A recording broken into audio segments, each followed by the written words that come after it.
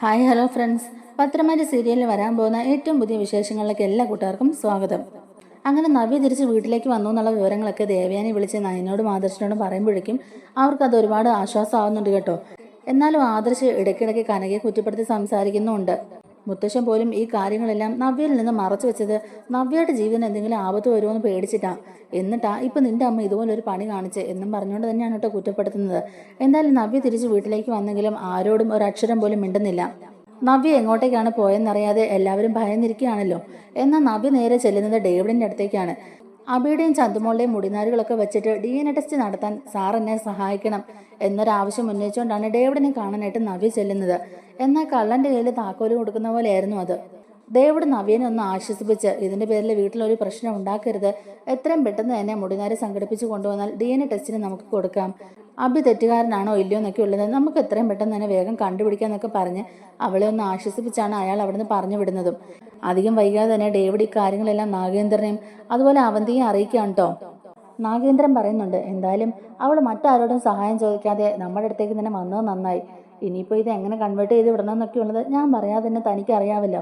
എൻ്റെ മോൻ അബിയുടെയും ആ ചന്തുമോളുടെയും മുടിനാര് അവൾ കളക്ട് ചെയ്ത് കൊണ്ടു തരുമ്പോഴേക്കും അത് DNA ടെസ്റ്റിന് അയച്ചു എന്നും പറഞ്ഞ് അവളെ താൻ പറഞ്ഞ് വിശ്വസിപ്പിക്കണം. എന്നിട്ട് റിസൾട്ടിൽ ആദർശിന്റെ പേരാണ് വന്നെന്നുള്ളതൊക്കെ താൻ തന്നെ അവളെ ബോധ്യപ്പെടുത്തണം. ഈ നാടകത്തിന്റെ അവസാനം വരെ നവ്യ നമ്മുടെ കൂടെ തന്നെ ഉണ്ടാവണം. എങ്കിലേ നമ്മൾ വിചാരിക്കും പോലെ കാര്യങ്ങളൊക്കെ സ്മൂത്ത് ആയിട്ട് പോകുള്ളൂ. എൻ്റെ മോൻ അബി പുതിയ ബ്രാഞ്ചിന്റെ മാനേജറായിട്ട് ചുമതല എടുക്കണം. അതിന് നവ്യ ഒരു തടസ്സമാകരുത്. ഇതിന്റെ പേരും പറഞ്ഞ് അനന്തപുരിൽ ഒരു പൊട്ടിത്തെറി ഉണ്ടാക്കാനും ഇപ്പൊ ഇത് നമുക്ക് സഹായിക്കുമെന്നൊക്കെ തന്നെ നാഗേന്ദ്രൻ പറഞ്ഞു കൊടുക്കുകയാണ്. അത് കേട്ട് ഭയങ്കര സന്തോഷത്തിലാണ് കേട്ടോ അവന്തികയും ഡേവിഡും ഒക്കെ.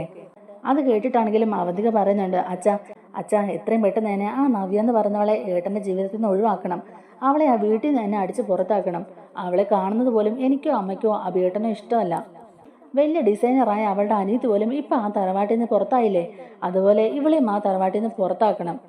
അഭിയേട്ടന് നിവൃത്തിയില്ലാത്തതുകൊണ്ട് മാത്രമാണ് ഇവളുടെ കൂടെ ജീവിതം മുന്നോട്ട് കൊണ്ടുപോകുന്നത്. അല്ലെങ്കിൽ അഭിയേട്ടൻ എപ്പോഴേ ഇവളെ ഉപേക്ഷിച്ചേനെ എന്നൊക്കെ ഇങ്ങനെ അവന്തിക പറയുമ്പോഴേക്കും നാഗേന്ദ്രൻ പറയുന്നുണ്ട്, മോളെ ഇനി അതിന് കുറച്ച് നാളും കൂടി വെയിറ്റ് ചെയ്താൽ മതി. ഇപ്പൊ എന്തായാലും നമ്മൾ വിചാരിക്കുന്ന അതേ ട്രാക്കിലൂടെ തന്നെയാണ് നമ്മുടെ കാര്യങ്ങളൊക്കെ മുന്നോട്ട് പോകുന്നത്. ഈ വിഷുക്കാലം വരുന്നതോടുകൂടി അനന്തപുരിയെ നമ്മൾ തകർത്ത് എറിയാൻ പോവല്ലേ. അനന്തപുരിയുടെ തകർച്ച കാണാൻ വേണ്ടിയിട്ടാണല്ലോ നമ്മൾ ഇതുപോലുള്ള റിസ്കുകളൊക്കെ എടുക്കുന്നത്. എന്തായാലും ഇനി അധിക നാളത്തേക്ക് അനന്തപുരിയുടെ പ്രൗഢിയും പ്രശസ്തിയൊന്നും ഉണ്ടാവില്ല. ആ തീനാളമൊക്കെ അണയാൻ പോവാ മോളെ. ഇനി അവരെത്ര കഷ്ടപ്പെട്ടാലും എങ്ങനെയൊക്കെ തലയും കുത്തി മറിഞ്ഞാലും അവർ നമ്മുടെ ഒപ്പം എത്താൻ പോകുന്നില്ല. ഇനി അങ്ങോട്ടേക്ക് കേരളത്തിലും നമ്പർ 1 ജ്വല്ലറി AM ജ്വല്ലറി തന്നെ ആയിരിക്കും. അതിന്റെ തലപ്പത്ത് തന്നെ ഞാൻ എൻ്റെ മക്കളെ കൊണ്ടിരുത്തും. അതാ എൻ്റെ ആഗ്രഹം എന്നൊക്കെ നാഗേന്ദ്രൻ പറയുകയാണ്. അങ്ങനെ നവ്യനെ ഡീൽ ചെയ്യുന്ന കാര്യങ്ങളെല്ലാം തന്നെ ഡേവിഡിനെ ഏൽപ്പിക്കുന്നുണ്ട് കേട്ടോ നാഗേന്ദ്രൻ. അതിനുശേഷം സേവ്യർ വിളിച്ചിട്ട് ആദർശിൻ്റെ അടുത്ത് പറയുന്നുണ്ട്, അത് പിന്നെ ആദർശേട്ടാ, ഡേവിഡ് എന്ന് പറയുന്ന ആള് ഇപ്പൊ ആ എക്സുമായിട്ട് സംസാരിച്ചുകൊണ്ടിരിക്കുകയാണെന്ന്. എന്തെങ്കിലും കാര്യമായ ഡീറ്റെയിൽസ് ഒക്കെ സംസാരിച്ചുകൊണ്ടിരിക്കുകയാണെങ്കിൽ അവരെന്താണ് ഫോണിൽ കൂടെ സംസാരിക്കുന്നത് നമുക്ക് കണ്ടുപിടിക്കാൻ കഴിഞ്ഞിട്ടുണ്ടെങ്കിൽ ഒരു പക്ഷേ അവരെ തലയ്ക്കാൻ നമുക്ക് എന്തെങ്കിലും ക്ലൂ കിട്ടുമെന്നൊക്കെ സേവ്യർ പറയുകയാണ്. അപ്പോൾ അത് മനസ്സിൽ വെച്ചുകൊണ്ട് തന്നെ ആദർശ് നേരെ മാളവികയെ വിളിച്ചിട്ട് എത്രയും പെട്ടെന്ന് തന്നെ ഡേവിഡിന്റെ റൂമിലേക്ക് ചെല്ലാൻ പറയുന്നുണ്ട്. അവിടെ ഡേവിഡ് ഫോണിൽ കൂടെ സംസാരിക്കുന്ന കാര്യങ്ങൾ മറിഞ്ഞു നിന്ന് കേൾക്കാനും പറയുന്നുണ്ട്. ആർക്കും സംശയമാകാത്ത രീതിയിൽ തന്നെ മാളവിക ഡേവിഡിന്റെ റൂമിന്റെ മുന്നിൽ ചെന്ന് നിന്ന് അയാൾ ഫോണിൽ കൂടെ സംസാരിക്കുന്നതൊക്കെ കേൾക്കുന്നുണ്ട്. CCTV ഒക്കെ ഉള്ളതുകൊണ്ട് തന്നെ പുതിയൊരു ഡിസൈൻ ഡേവിഡിനെ കാണിക്കാനാണ് എന്നുള്ള മട്ടിലാണ് അങ്ങോട്ടേക്ക് ചെല്ലുന്നതും. ഡേവിഡ് ഫോൺ വിളിച്ച് വെച്ചതിന് ശേഷം മാളവിക അങ്ങോട്ടേക്ക് ചെല്ലുകയും ഈ പുതിയ ഡിസൈനിന്റെ കാര്യങ്ങളൊക്കെ പറയുകയും ചെയ്യുന്നുണ്ട്. ഈ വിഷുവിന് കുറച്ച് പുതിയ ഡിസൈൻസ് ഒക്കെ വേണമെന്ന് പറയുകയാണ് ഡേവിഡ്.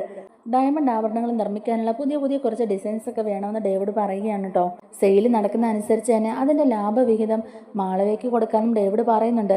ആ സമയത്ത് ഇവർക്ക് സംശയം ആകാതിരിക്കാനായിട്ട് തന്നെ അതിന്റെ ഒന്നും ആവശ്യമില്ല സാർ, ഇപ്പൊ എനിക്ക് കിട്ടുന്ന സാലറി തന്നെ മറ്റാരും ഓഫർ ചെയ്യാത്ത അത്രയും വലിയൊരു സാലറിയാണ്, അതുകൊണ്ട് എനിക്ക് അങ്ങനെയുള്ള ആഗ്രഹങ്ങളൊന്നും ഇല്ല എന്നൊക്കെ തന്നെ പറഞ്ഞ് ഡേവിഡിനെ ഒന്ന് സോപ്പിട്ട് നിർത്തുന്നുണ്ട്. എന്നാൽ അതിനുശേഷം ഡേവിഡ് നാഗേന്ദ്രനുമായി സംസാരിച്ച കാര്യങ്ങളെല്ലാം തന്നെ മാളവിക ആദർശിന് മെസ്സേജ് അയച്ച് പറഞ്ഞു കൊടുക്കുകയാണ്. കള്ളക്കടത്ത് സ്വർണം കൊണ്ടുവന്ന് സ്വർണ്ണാഭരണങ്ങളാക്കി വിൽക്കുന്നത് പോലെ തന്നെ ഡയമണ്ട്സും കള്ളക്കടത്ത് മാർഗം വരുന്നുണ്ടെന്നൊക്കെയുള്ള ഇൻഫർമേഷനാണ് അവർ കൈമാറിയത്. കള്ളക്കടത്ത് ഡയമണ്ട്സും അതുപോലെ ഡ്യൂപ്ലിക്കേറ്റ് ഡയമണ്ട്സും ഒക്കെയാണ് ഇവർ ഈ ആഭരണങ്ങൾ ഉണ്ടാക്കാനായിട്ട് ഉപയോഗിക്കുന്നതെന്നുള്ള വിവരങ്ങളാണ് മാളവികയ്ക്ക് ലഭിച്ചിരിക്കുന്നത്. ആ വിവരങ്ങളെല്ലാം തന്നെ ആദർശനെ വിളിച്ച് പറയുകയും ചെയ്യുന്നുണ്ട്.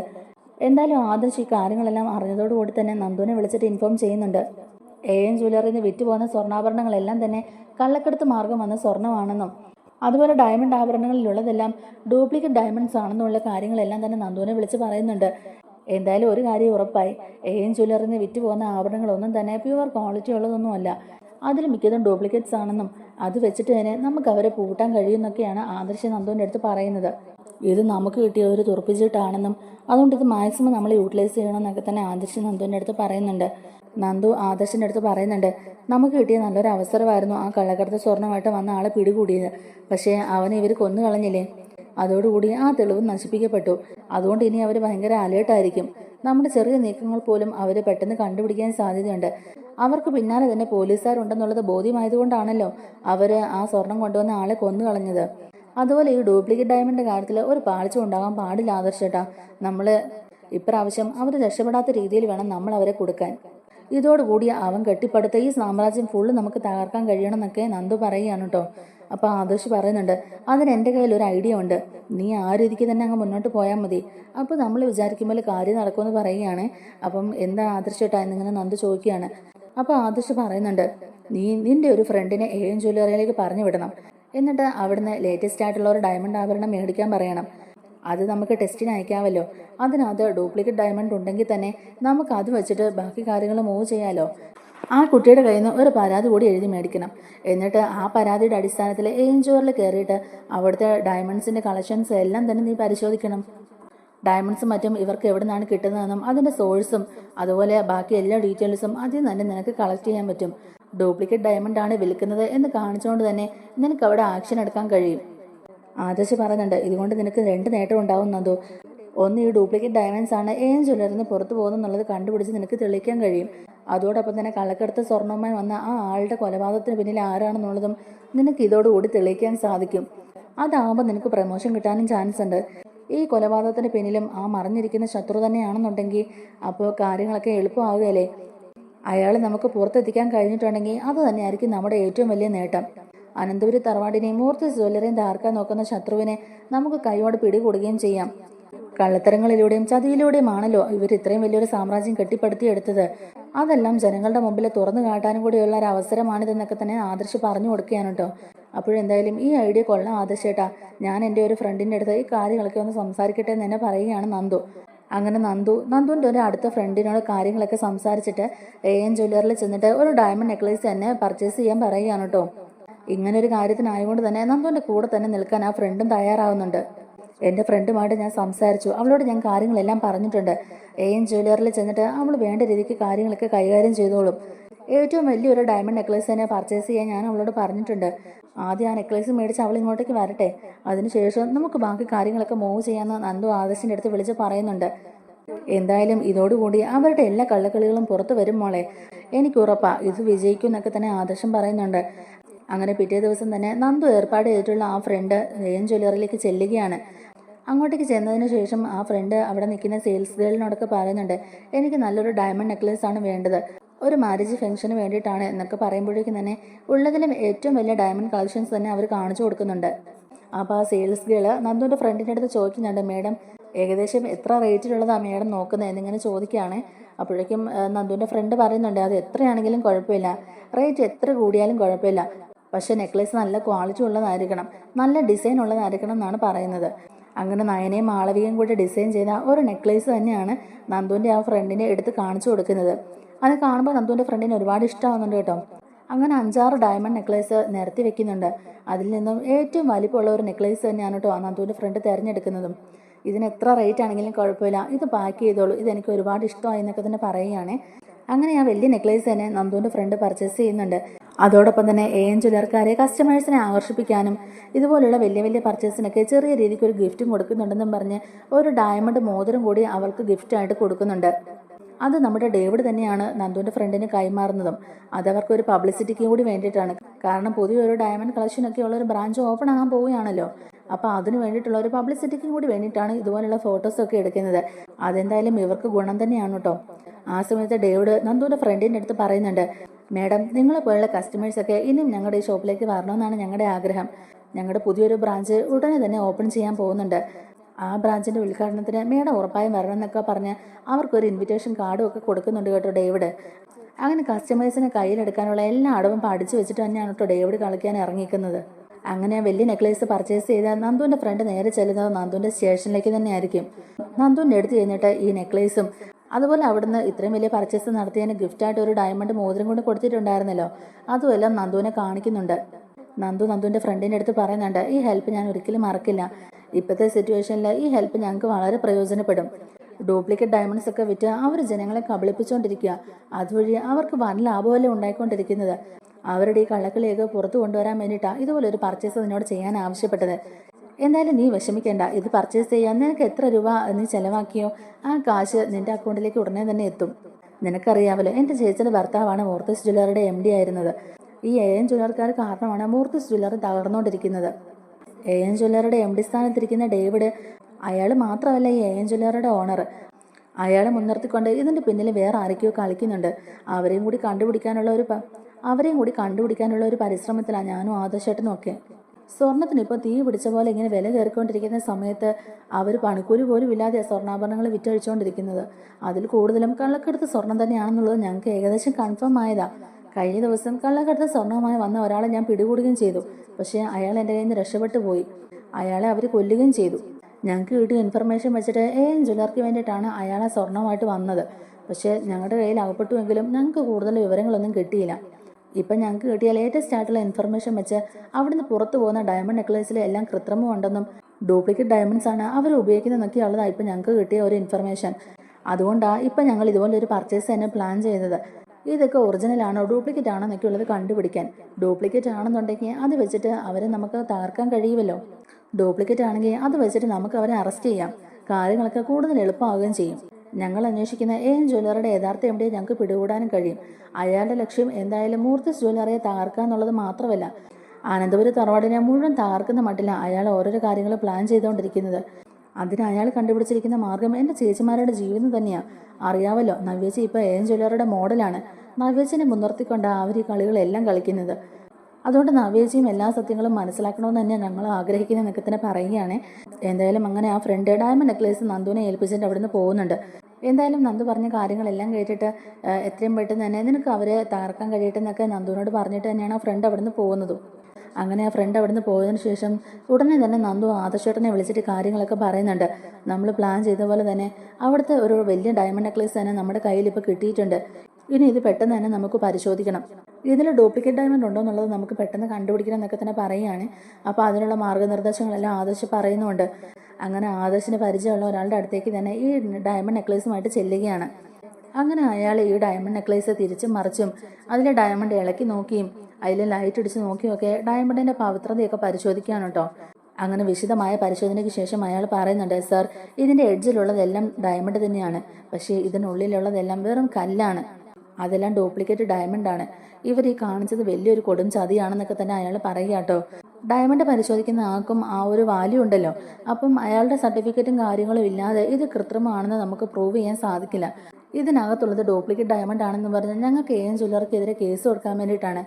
അപ്പോൾ അത് ഉറപ്പാണല്ലോ അല്ലേ എന്നൊക്കെ ഇങ്ങനെ നന്ദു വീണ്ടും ചോദിക്കുകയാണ്. അപ്പോൾ അവർ പറയുന്നുണ്ട്, 100% ഉറപ്പാണ് സർ, ഞാനിതിനാണ് കള്ളം പറയുന്നത്. ഇതിലുള്ളത് പകുതി കൂടുതലും ഡ്യൂപ്ലിക്കേറ്റ് ഡയമണ്ട് തന്നെയാണ്. ഒറിജിനൽ കുറച്ചേ ഉള്ളൂ എന്നൊക്കെ തന്നെ അയാൾ പറയുന്നുണ്ട്. അങ്ങനെ ആദർശും നന്ദുവും കൂടെ നയനയും കിരണിനെയും ഒക്കെ വിളിച്ചിട്ട് കാര്യങ്ങൾ പറയുകയാണ്. ഡ്യൂപ്ലിക്കേറ്റ് ഡയമണ്ട് തന്നെയാണ്. അങ്ങനെ AM ജ്വല്ലറിയിൽ നിന്ന് പുറത്തു പോകുന്ന ഡയമണ്ട് ആഭരണങ്ങളിൽ കൂടുതലും ഡ്യൂപ്ലിക്കേറ്റ് ഡയമണ്ടാണ് ഉപയോഗിക്കുന്നത് എന്നുള്ളത് പൂർണ്ണമായും നമുക്ക് മനസ്സിലായി കഴിഞ്ഞു. ഇനി നന്ദുവിൻ്റെ ഫ്രണ്ടിനെ വിളിച്ചിട്ട് ലീഗലായിട്ട് ഒരു പരാതി എഴുതി മേടിക്കണം.